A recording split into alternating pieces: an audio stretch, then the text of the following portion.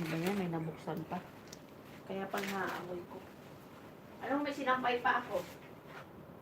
Nahanap ko yung ano eh. Nahanap ko yung ninakaw ko na ano. Hinanap ko yung ninakaw ko si Flak.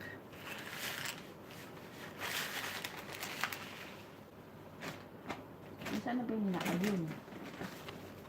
So, nabuksan siya. Dito ko kasi ililipat yung green tea. Kasi nga di ba may nasa box. Nabuksan natin. Lagyan natin dito.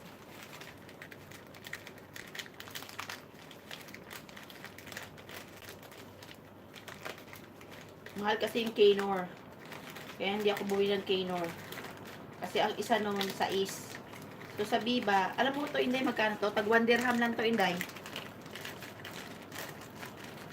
Inday, tag 1 dirham lang to.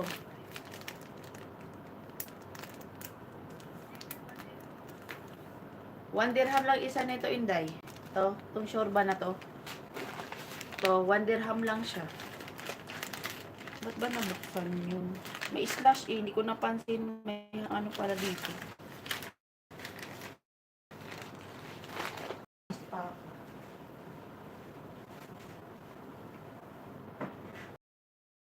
Alam mo tayo maganda pumunta sa Biba.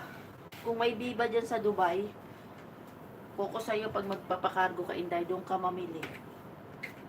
Napakadaming mura Inday, ang dami mo mabibiling mura. Sa 100, ang dami mo nang mabibili. Mga chocolate Inday, mura lang. Galing pang ano yan ha. Yung mga chocolate yan sa Biba Inday, galing yan ng Germany, Europe, galing yan ng Europe. Ang mga chocolate na dyan. Hindi yan sabihin mo. Nagpadala na kami dati niyan eh. Alam mo, karamihan sa mga Pilipino dyan bumibili. Kasi nga mura siya Inday. Pakita ko sa'yo, wait. Pero hindi natin pwede pakita yung name. Hindi sponsor. Sumusobra na.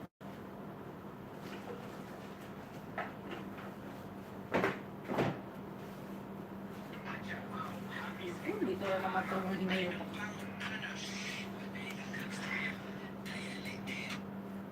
Shobod. I'm still alive. Hey! Where are you? In the house? What you want?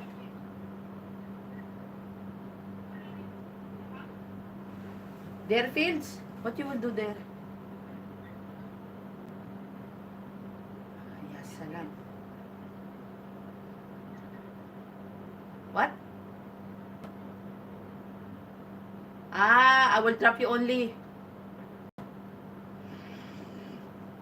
Yan na. Bye-bye.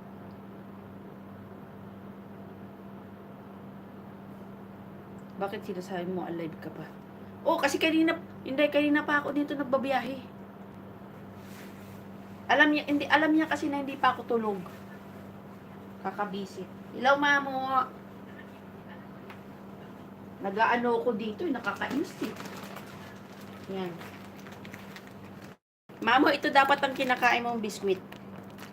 Digestive. Ay, sinabi ko yung pangalan. Ayan, binili ko yung aking mother para magkapi-kapi siya. Ito ay walang sugar, walang katamis-tamis. As in talagang for the people that So binili ko siya nito kasi dati yung binili ko sa kanyang biscuit, may mga pistachio, yung mura lang kasi Inday. Mura lang to. 5 dirham yata to Inday. 5 dirham each lang to. Hindi to Marie. Iba yung Marie Inday. Huwag ka na ma-stress, mawala ang pagkapugi. Mukha na nga akong pugita, mamo eh.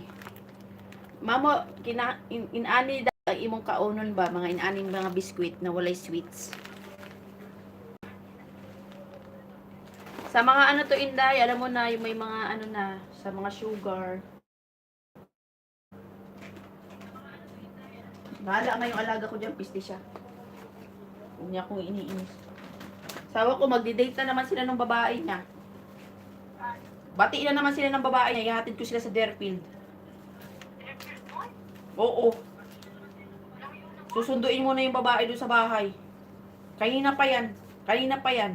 Hindi na napagod. Kaya sabi ko, buhay pa ako.